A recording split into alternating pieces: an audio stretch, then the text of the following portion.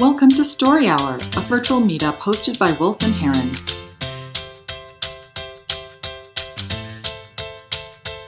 Okay. So, all right.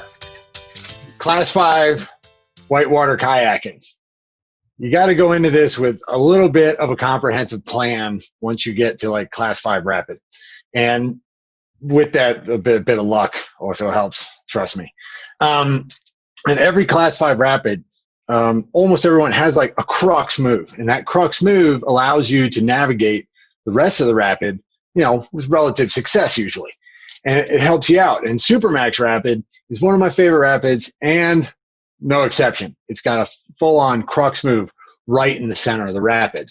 Typically, you're standing on river left, you're looking at the water, you're looking at it come by you, you're looking at all the rocks, you're looking at all the turmoil, and you got a plan in your head. Your plan is, I'm coming down the wave train, and the river's going to dive left around some rocks, and once it dives left, I got to get into the eddy on the left down at the bottom of the eddy. And then I got to turn. And as I turn up the eddy and come back upstream, I got to look back over my shoulder and exit the eddy 3/4 of the way up with just enough speed to get into the right into the crux of the move that I got to make right here, which is a pour over about 4 feet wide, about 4 foot tall, right in the middle of the river into a pool of water. That allows me to run the rest of the rapids, the 3 drops at the end, pretty successfully, hopefully, right? So that's my crux move. That's where I want to be. That's my ultimate plan. Guess what? Water is an unreliable and unrelenting son of a bitch, and it pushes you in all different types of directions, and it's coming at you at 100 miles an hour, and your brain's trying to process all this, and your body's just reacting. So you get in there, and what happens? Well, you get a surge in the eddy. I come in too high. I get out too high. I drive across, and I ended up on the river right, on the right side of the pour over that I want to be on, where there's a nice recirculating hole that holds you between the pour over and the canyon wall, and it's a really crappy place to be. Ask me how I know. Okay, so the other option is I get in and I miss the eddy, right? I miss the eddy, I end up river left. Well, now there's a whole bunch of rocks that I just go piling through under this undercut, and I get slammed into undercut. Don't want to do that, okay? Don't want to be there. Seeing friends there, don't want to be there either. These are all the what ifs, right? These are all the things that I have to process before I get on the river to make sure that I am successful. This is the building of resiliency. This is the building of that resiliency because I got plans outside of the main plan that I want to do, right? And I'm understanding it. This is best described in the WOOP, right? I don't know if you guys ever heard of this, WOOP. It's called WISH, Outcome, Obstacle, and Plan. My wish to become a successful, respectable kayaker. That's what I want to be, right? Class 5 kayaker.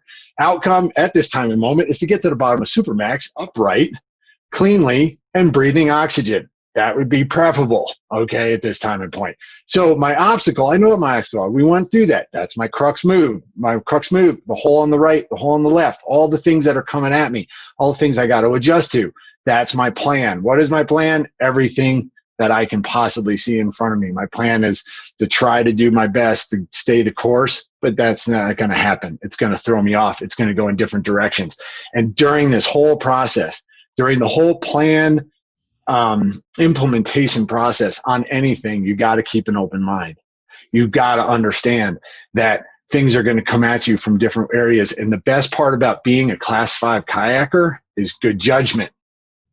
So what might be my best plan for today? Well, today my best plan might be putting the boat on my shoulder, walking down the bank, putting the boat back in the water, and guess what?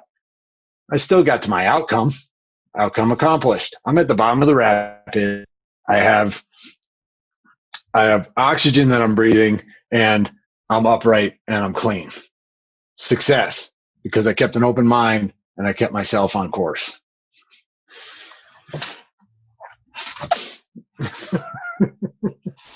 Thank you for sharing a story, Bart. That went a little fast, but that's okay. There was energy. Take a breath.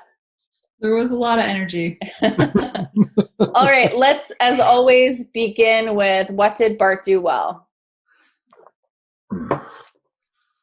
Milo. I think Bart's story would be found in the adventure section of Blockbuster. So it was a fast-paced, rapid, exciting story that you got thrown into face first. So I think that if you wanted to capture the attention of an audience, you put Bart up on stage and have fireworks go off behind him. But I love the energy that came with the story. It clearly was a very personal encounter. So it really kind of was like it revealed what was going on inside of your head as you were doing this entire thing, and then kind of you framed it within the context of, you know, what that experience, like how you analyzed it, what it meant to you, and why it was useful. So I really appreciated that all came together. So it worked well, everything that you did. Thanks. Pablo. Yeah. Oh my gosh. The energy that you have, the creative nature that you have to explain the experience and the adventure is just mind blowing. I loved it. You took me in on the kayak, and you took me through the rapids, and you took me through the what ifs, because I love that kind of thrill as well. And I just think that the storyline from the beginning throughout the end was very energetic, well planned. It seems like you prepared it, or maybe you know exactly how it went, or you're super passionate about it, and you just went for it. Good job. Thank you. One more thought. What did Bart do well? Stephen. Lots of excitement there. Lots of visceral action. I was carried along. It's both a mental journey and a physical journey. It's and you're approaching it from a kind of cerebral perspective, which we've seen you do before. I was especially I got my brain around the whole story. The moment you said whoop and gave me an acronym, and then I started attaching things to it. You didn't have audio-visual aids. I mean, that you didn't have a picture, but once you said whoop, I had the picture in my head, and I put the words together, and I followed those 4 points, and everything got organized around that. That was a great acronym. Excellent. Okay. What can Bart experiment with or consider next time? Stephanie. This is an experiment. I don't know if it's necessarily the right thing to do, but it would be worth trying just to see how it works. This particular story, it felt like you had a story and you also had a framework that you were interconnecting, to Stephen's point. And there was a little bit of storytelling and a little bit of teaching that was happening at the same time. I would be curious to see what happens, and I don't know if this is a good idea or not, so it's worth the experiment, but I'd be curious to see what would happen if you separated the two and told the story and then did the teaching. Just as a counterpoint to see if that arrangement of the information works better or worse than interweaving. All right. That's interesting. Was it Milo? Did you also have your hand up?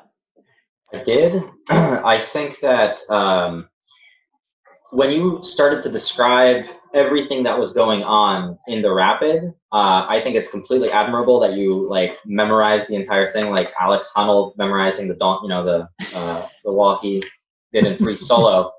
But I think for an audience that isn't whitewater rafters, they're going to get lost after the first 2 sentences. So the next, I would say, minute where you're describing every single thing that's going on is so foreign that the people aren't just not getting through.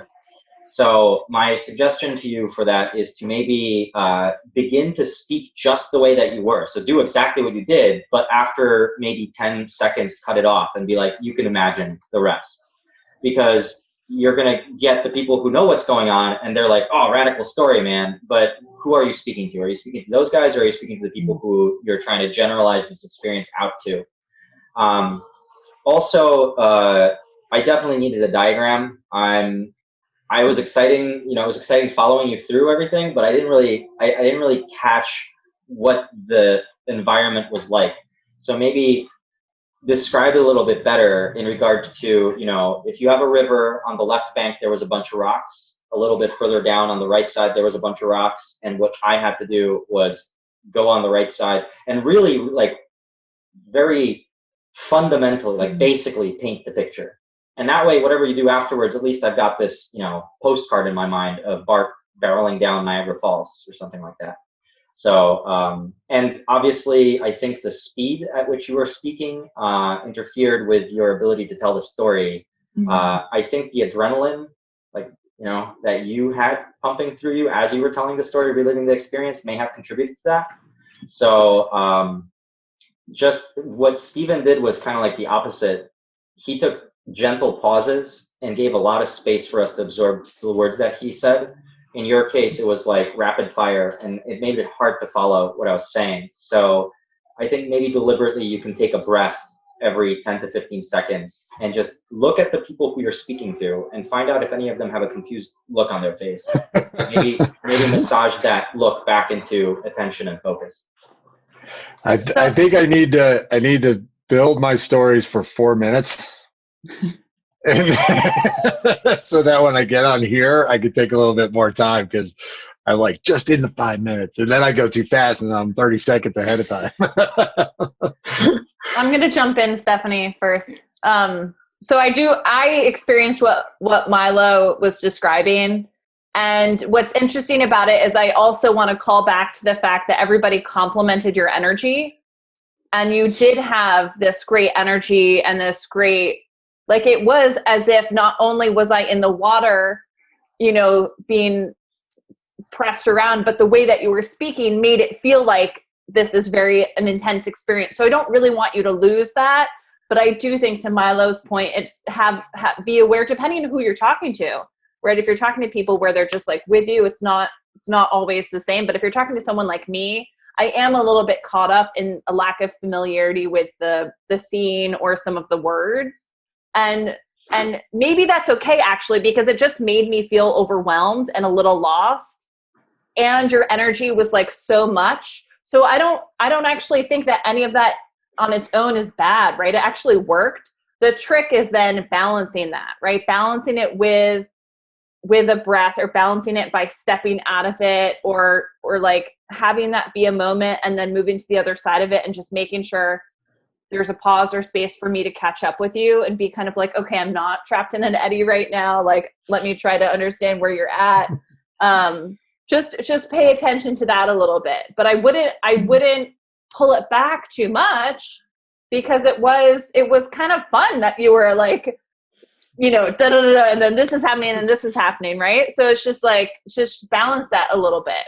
Okay. Well, I think it's you got to keep the energy and cut down the speed.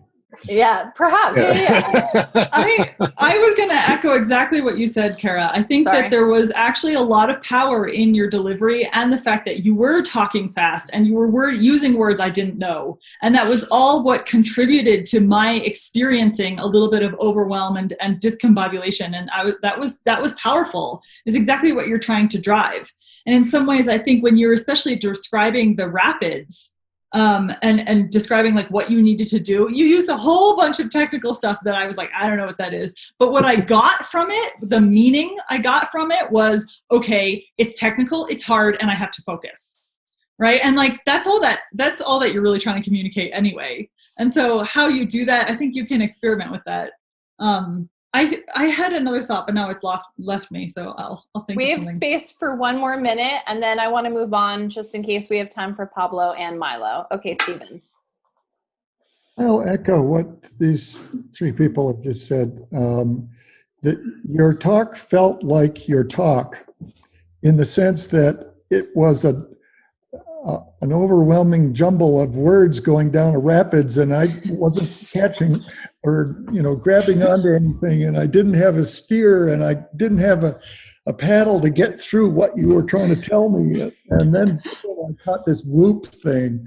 It was like I finally got my move, and suddenly I latched on, and peace arrived.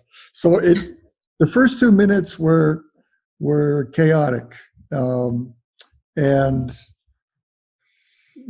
You might like that. I think you have to tame it somehow. It's All right. I can do. Yeah, no, I like that. Yeah, go ahead, I Steph. thought of my last point. The only thing I would say when you are describing all the rapids and stuff, one thing that you want to make sure you focus on is setting the stakes, right? And so like I could tell that it was hard, but I didn't actually know like what was the worst possible outcome, you know? And so I'm like, are we worried about our lives, or are we just worried about breaking a leg, or are we actually worried about maybe falling out of the boat? Like, I don't actually know. And so some sense of what the stakes would be might help amplify without you needing to, you know, it might amplify the stakes and you can drop down the drama. Thank you. Thank you. Thank you very much. Thank you, Bart. It's awesome. Visit wolfandheron.com to find out more about our story hours.